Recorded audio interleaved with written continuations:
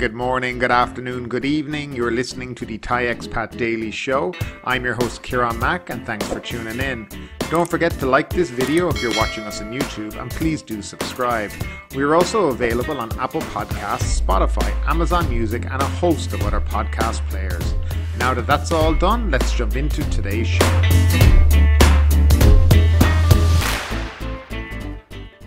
Well, hello there. Welcome back to the Thai Expat Daily Show. I'm your host, Kieran Mack, as always, and delighted that you've been able to tune in with us again. Today is Thursday, the 6th of October, 2022. Now, before we get into today's show, don't forget to like this video. Please do subscribe to the channel, and don't forget to hit that notification bell if you want to be updated by YouTube when the next video is uploaded onto the site. And once again, don't forget we are available on a host of other podcast players, from Apple to Amazon to Spotify, etc. So now that that's all done, let's jump into the first story of the day. Thailand transistor radios fly off the shelves after PM advice to locals in flood-hit province. A popular model of the transistor radio has become a best-selling product in Nakhon Ratchasima province after Prime Minister Prayut Chan-o-cha suggested that people follow updates on the flood situation via radio. On Wednesday, a visit to the old radio shop in Wang district showed a lot of retailers had come from other districts to buy Thailand transistor radios to sell at their stores. One retailer had travelled from Kam Tal So district to buy them for sale to low-income farmers because it's cheap. The 55-year-old owner, Jin Sang, said that the store had sold the Thailand transistor radios for 30 years on retail and wholesale basis before selling other brands. The owner said that he was surprised that a lot of people were coming to buy transistor radios on Tuesday before he knew about Prayut's suggestion. Prayut met with the Interior Ministry's executives and provincial governors via video conference about the flood situation on Monday after resuming the duties as Prime Minister.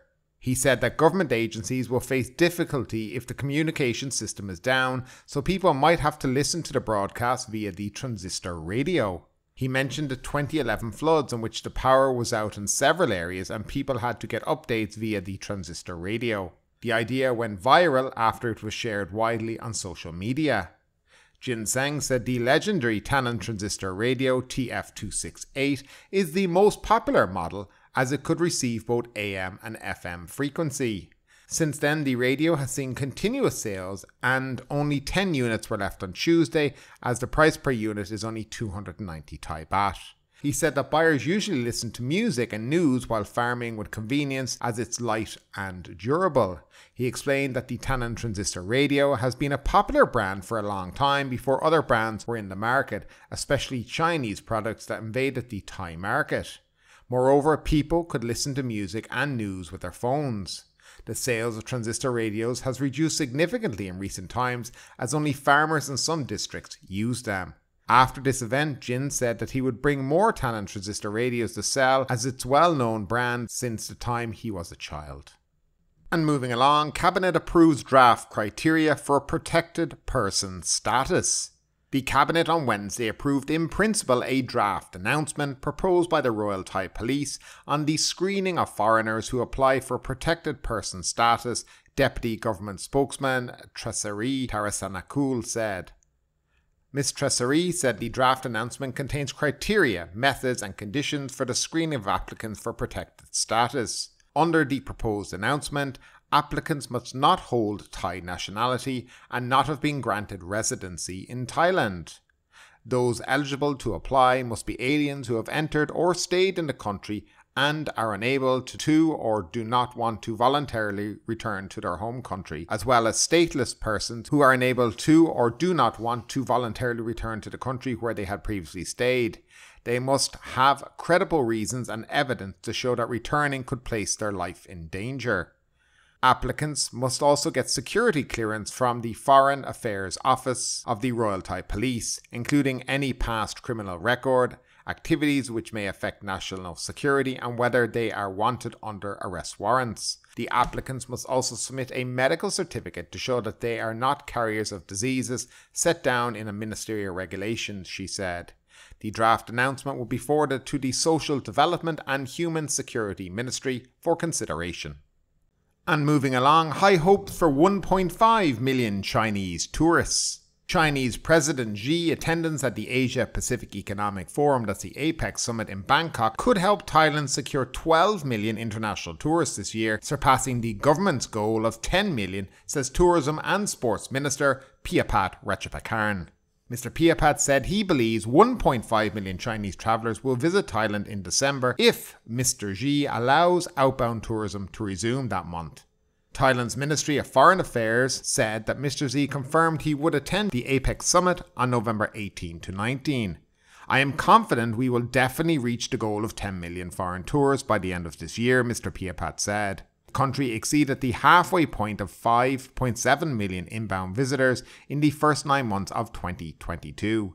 He said 1.5 million foreign tourists are expected to visit Thailand each month between October and December, which would push the total for the year to more than 10 million.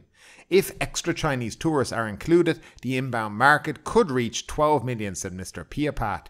He says because the Tourism and Sports Ministry and the Tourism Authority of Thailand have maintained a close relationship with Chinese authorities during the pandemic, he hopes China might relax travel restrictions in December as a gift for Thailand, the host of the summit. Mr. Prayut said flights between Thailand and southern China have more than doubled to 15 per week, up from 7 flights per week, with most passengers being students and businessmen. Meanwhile, a full Japanese reopening on October 11 is expected to benefit both Thailand and Japan, as tourist exchanges between the two countries were very strong prior to the pandemic, with high numbers of travellers in both directions. According to the Tourism and Sports Ministry, Thailand received 1.78 million Japanese travellers in 2019, while the Japan National Tourism Organization reported 1.31 million Thai tourists in the same year. Mr. Prayut said a further easing of entry controls in the large markets of Hong Kong and Taiwan will enable stronger tourist flows from those markets, and Thailand particularly outbound to Hong Kong, as the city is a preferred destination for Thais. Thai outbound tourists to Hong Kong and Taiwan in 2019 totaled 429,000 and 379,000 respectively. For the domestic Thai market, he said the number of local trips should reach 160 million as targeted, thanks to the We Travel Together travel subsidy campaign and the co-payment scheme. Moreover, some local travellers might refrain from making overseas trips because of health and safety concerns, Mr. Prayut said. Despite his confidence in the arrival numbers, he said one concern is lower spending by visitors, which could affect the 1.5 trillion baht revenue target set by Prime Minister Prayut Chan-o-cha earlier this year. So where to begin with this whole article? I think it's starting to become clear how the Tourism Authority and the Ministry of Tourism and Sport predict and go about analysing their future numbers. It's based on actual guessing games and hoping that China will gift them 1.5 million tourists in December because they hosted the APEC meeting. Have you ever heard of such nonsense? I'll break it down completely. China, for the last 2.5 years, have had a zero COVID policy in their country, where pretty much if you sneeze and look like you possibly have COVID, the entire country, or that area, would be shut down for weeks. Mass testing of the people, and that's still going on today. But yet somehow he believes that China are going to open up in December and everything will be fine. Chinese tourists will be flowing to Thailand and they're all ready to go. I just sometimes wonder exactly what they are smoking. Maybe they're having the happy weed over there in the ministry themselves since it was decriminalized and everything, but it's completely lula stuff. I mean, just even to say, we hope they're going to gift us 1.5 million tourists in December because we have a close relationship with China. Well, many countries have close relationships with China. It doesn't mean that they're going to open up their country to allow tourists to leave and come on holiday and then have to go through the rigmarole to get back into the country. That whole thing, the whole idea just is nonsensical. Then also Hong Kong. Hong Kong is a very changed place from Hong Kong 2019 or 2020 before the pandemic. It's become a country that has now been put under the control, really, of the Chinese government. The freedoms that people would have seen when they were there prior to the pandemic are very much gone. And it's a place that, unfortunately, a lot of people won't be visiting in the future. And finally, I don't think you need a PhD in rocket science to understand the current economic conditions in the likes of Europe and, America and other places like that.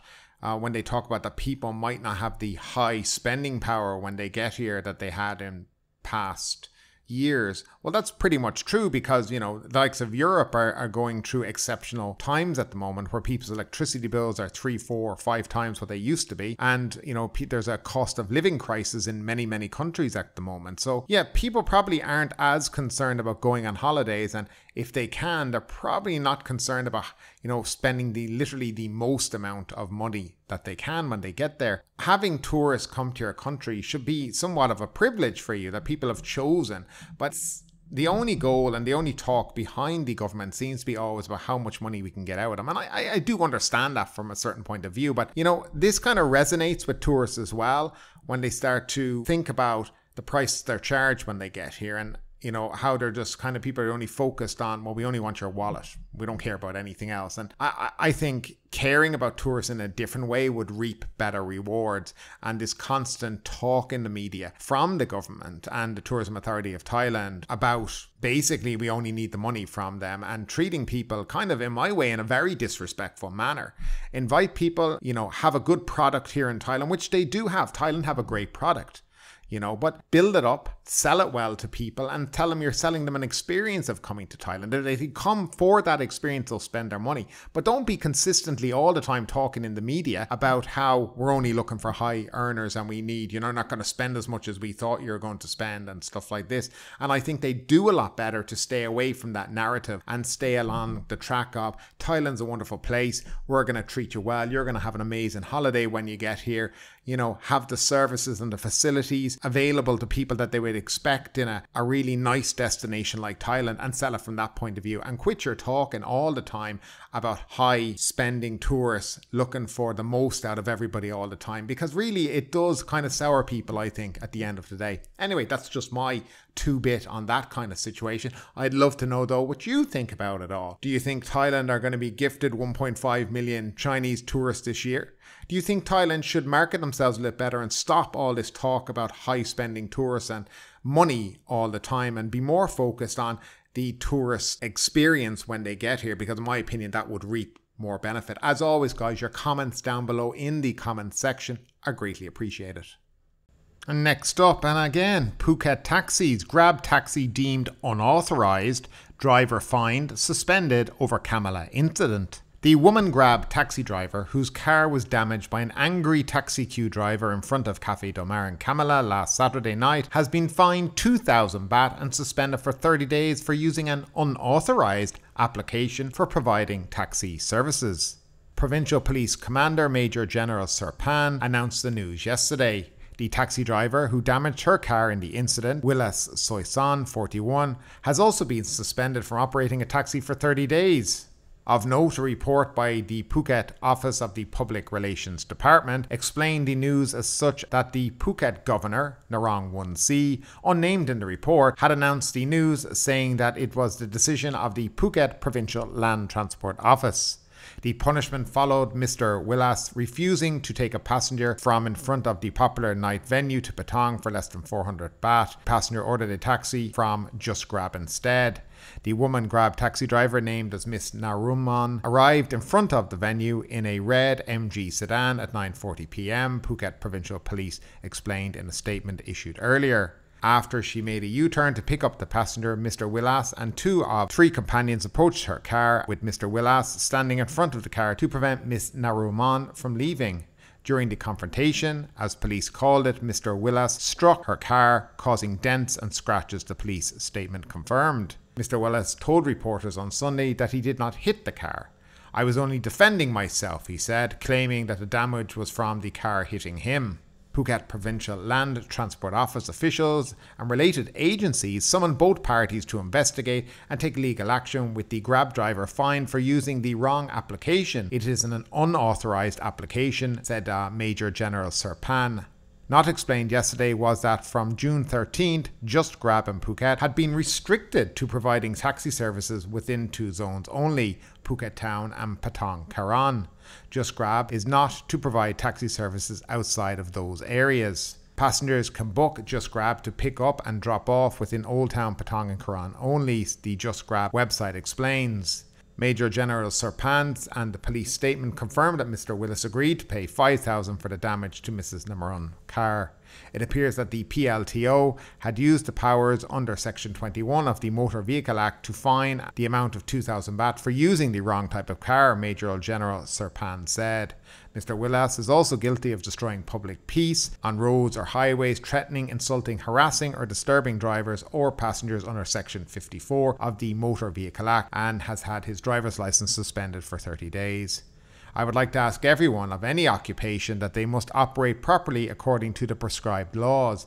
The Phuket Provincial Police will strictly and resolutely deal with those who violate the law to ensure fairness in society and to create peace in order to create a good image in tourism for Phuket and to build confidence for people and tourists, the Major General said.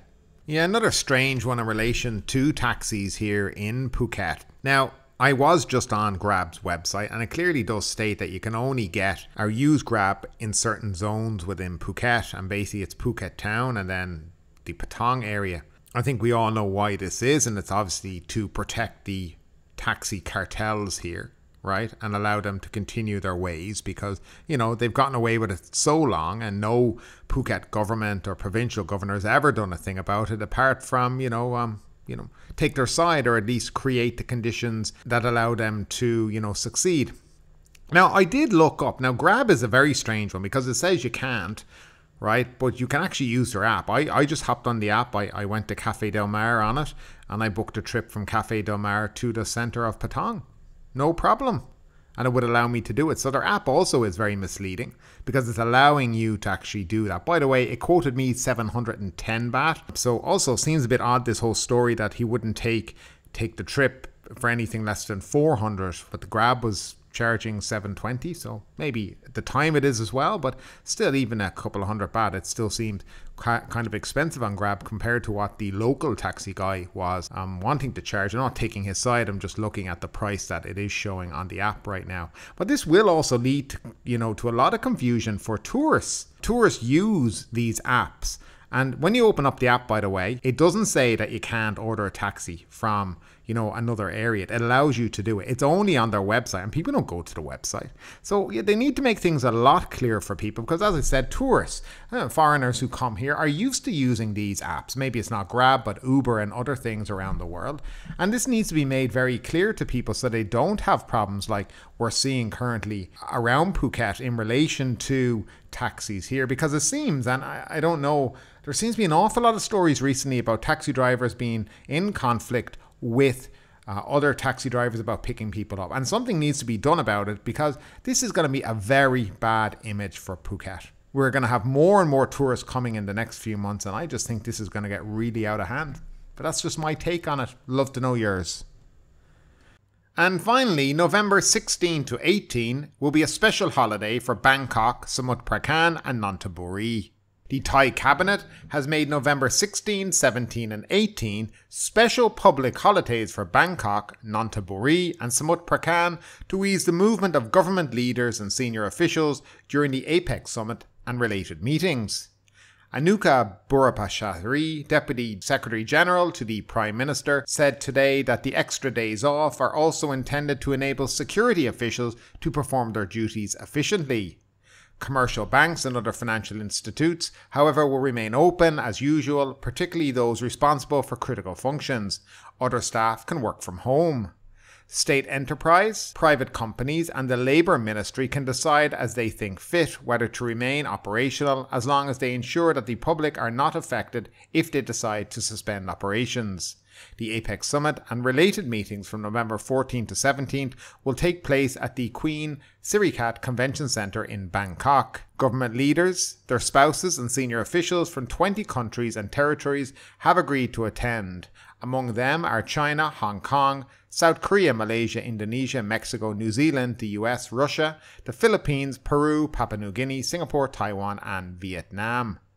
Observers from the ASEAN Secretariat, the Pacific Economic Cooperation Council and the Pacific Islands Forum and representatives from other economies and international organizations have been invited to attend some of the meetings as guests of the Thai government, said Anuka.